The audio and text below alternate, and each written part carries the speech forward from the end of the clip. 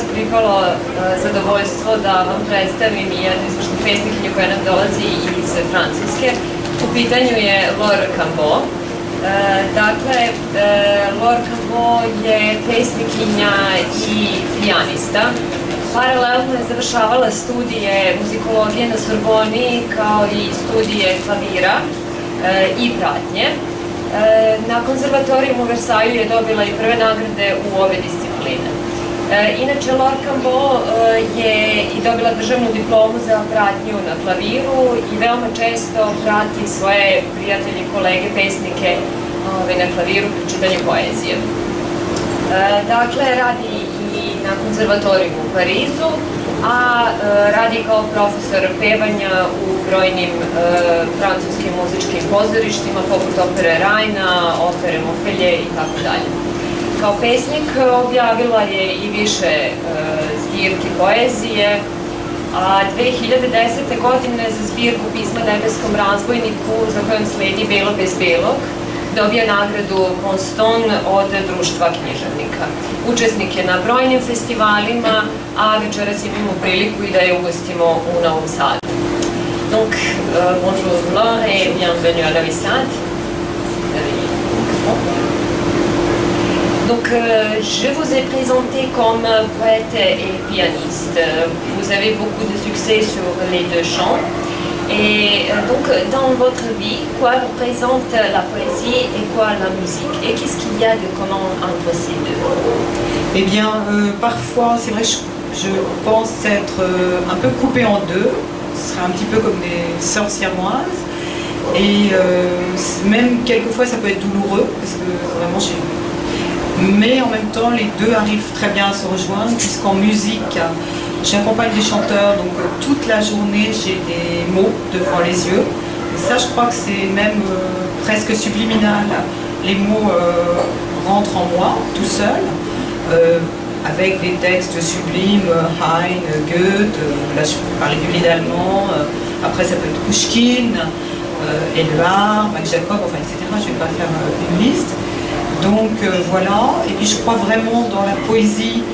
C'est pas une croyance, c'est juste que c'est comme ça. Je crois vraiment en la réalité magique des sons et des mots. C'était Lawrence qui disait ça. Et Mayakovsky qui disait que le rythme est la force magnétique du poème. Je crois que vraiment c'est vraiment ancré en moi, je crois, les deux, et il y a forcément un mélange. Oui, dakle, pitala sam je o tome kako, šta za nju predstavlja, u njenom životu predstavlja poezija, a šta muzika. I kaže da je praktično svaki dan u njenom životu i muzika i poezija, s obzirom da svira klavir i da prati pesnike na klaviru, da je poezija, odnosno da su reči konstantno pred njom, kao i muzika da je stalno u njenom umu. Donc, est-ce que vous pouvez maintenant dire qu'est-ce que vous avez dit de Mayakovsky? Le rythme est la force magnétique du poème. Dakle, kako je Majakovski rekao, ritam i snaga su u poeziji. Comme poète, pourriez-vous nous dire quels sont les thèmes les plus souvent dans votre poésie? Alors, bon, il y a des thématiques qui reviennent. L'amour, c'est vraiment standard, mais bon, il y a l'absurde aussi, l'absurdité du monde. Je crois qu'il y a beaucoup aussi de choses finalement assez triviales et du quotidien qui sont mélangées finalement avec des choses, avec d'autres éléments même plus mystiques. Donc ce mélange qui est, je pense, important. J'ai travaillé aussi avec des peintres, dont un peintre balkanique justement. C'était un travail, j'aime beaucoup le mélange, enfin les échanges entre les arts. Ce qui m'a fait aussi écrire un texte sur Goya, sur Rembrandt, et là je travaille aussi sur Leonardo. Et puis, bon, évidemment, la poésie érotique, ça on n'y coupera pas. Et bah oui, ce seraient les thématiques principales. J'écris aussi sur des musiciens, enfin bon, plutôt des tombeaux de temps en temps, sur des idoles de petites filles, je dirais presque, Janis Joplin par exemple. Voilà. Dakle, teme kojima se najčešće bavi u svojoj poeziji su pre svega ljubav, a tu se pojavljuju i apstraktne teme, zatim teme iz svakodnevnog života koje se mešaju. Zatim tu je, s obzirom da je radila i sa nekim slikarima, kao recimo iz prostora Balkana, dolazi i do mešanja sa tim temama. Potom pisala je o Goji, pisala je o Rembrandtu, a osim toga piše i erotsku poeziju. Dakle, ima svega pomalo. Dans votre poésie, on peut trouver l'effervescence de la nature, des êtres, des corps. Votre langue est sensuelle, on peut dire sexuelle. Donc, est-ce que vous pouvez me dire comment vous voyez le sexe dans votre poésie?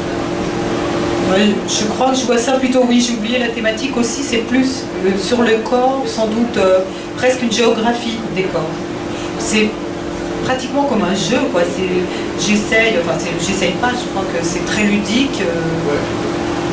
Enfin, c'est pas désacralisé, mais c'est du jeu, c'est beaucoup du jeu, je pense. Et puis une vision, alors, assez, je pense, différente, sans doute, d'un côté féminin, qui est peut-être moins, jusqu'à présent, courant et commun. Et donc c'est intéressant, parce que souvent l'érotisme, c'est vu par les yeux, à travers les yeux de l'homme. Et c'est intéressant d'avoir aussi la vision de la femme. Dakle, s obzirom da piše i erotsku poeziju, pitala sam je kako vidi seks u svojoj poeziji. Kaže da je jednu stvar zaboravila da kaže da je to i tema tela, odnosno da praktično pravi geografiju tela, mapu tela. Dakle, daje jednu viziju seksa, jednu perspektivu žensku seksa, s obzirom da je erotizam uglavnom predstavljen kroz oči muškaraca, pa smatra da je onda interesantno na način ženski predstaviti temu. Bon, vous avez votre propre syntaxe, avec beaucoup d'images, de métaphores. Donc, il n'y a pas de cadre rationnel. Est-ce que vous cherchez votre propre langue? Alors, c'est pas une recherche volontaire et consciente, mais forcément, si on écrit dans la langue, je pense qu'on a tous notre propre langue en poésie. Enfin, c'est ce qu'on recherche dans tous les cas. Et c'est un mélange de travail sûrement peut-être inconscient, donc c'est un mélange de travail nocturne, dans tous les cas sur la matière, et ensuite c'est du travail beaucoup plus évidemment au niveau du conscient. Voilà. Dakle, s obzirom da piše, da ima vrlo specifičnu sintaksu, da piše jednim jezikom punim metafora i slika, pitala sam je da li traga za svojim ličnim jezikom. Međutim, kaže da to verovatno jeste potraga, ali ne svakako svesna potraga i da na njen jezik utiče mešavina svega onoga čime se i bavi. Bon, vous écrivez également des contes pour les enfants. Est-ce que vous voyez cette activité comme étant complémentaire ou parallèle à la poésie? Plutôt complémentaire. C'est-à-dire que les histoires pour enfants que j'ai écrites, d'abord, la plus importante, qui s'appelait Latifa, la petite fille qui pleurait des mots, c'était un récit qui faisait le lien entre des poèmes qui n'étaient pas de moi, de poètes. C'était un petit peu, c'était une commande musicale d'un grand orchestre en France, et c'était un petit peu à viser aussi contre le racisme. Donc c'était des très belles poésies, mais voilà, donc j'avais la mission de faire ce lien.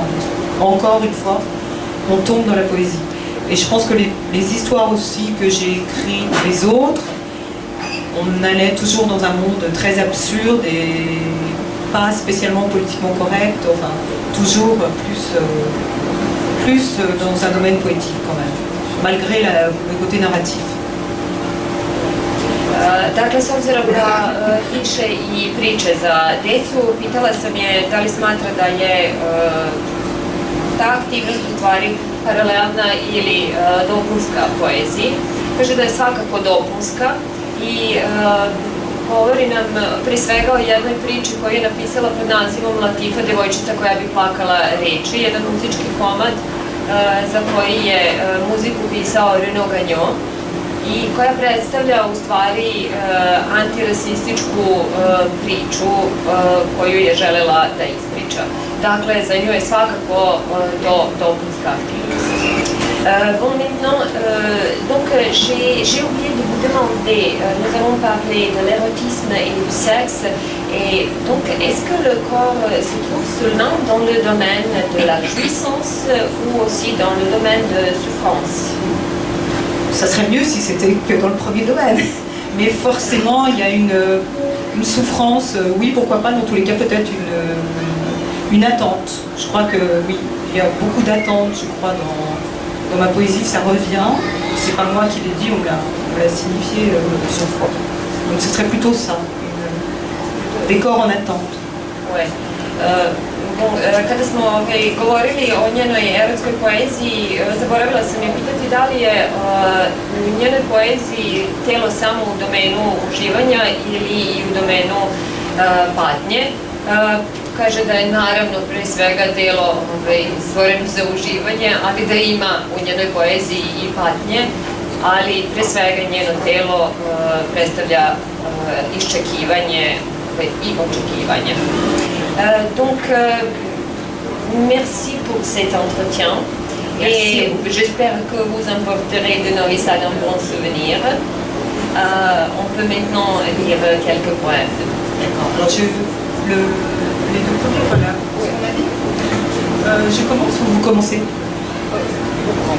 Et je remercie Tania pour les traductions, évidemment. Zahvaljujem se na prevodima i ja njoj naravno na razgovoru. Alors ça, c'est des extraits qui ont été publiés dans l'anthologie de la poésie érotique française. Voilà. Fumeur d'arpèges. Elle a un chat dans l'oreille, une nuit dans la main, un pays dans la gorge et des prières au bout des seins. Allons boire au sexe des arbres, puis rallumer la flamme du lit inconnu. Le couteau dans l'étreinte.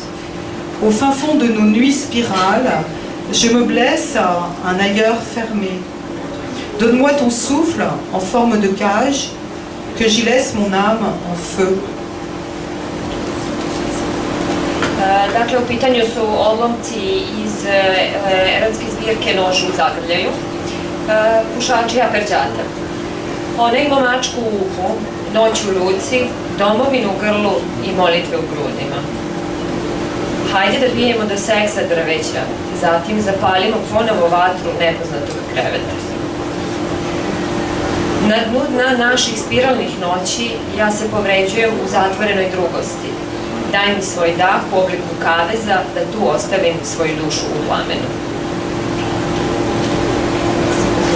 Merci à vous.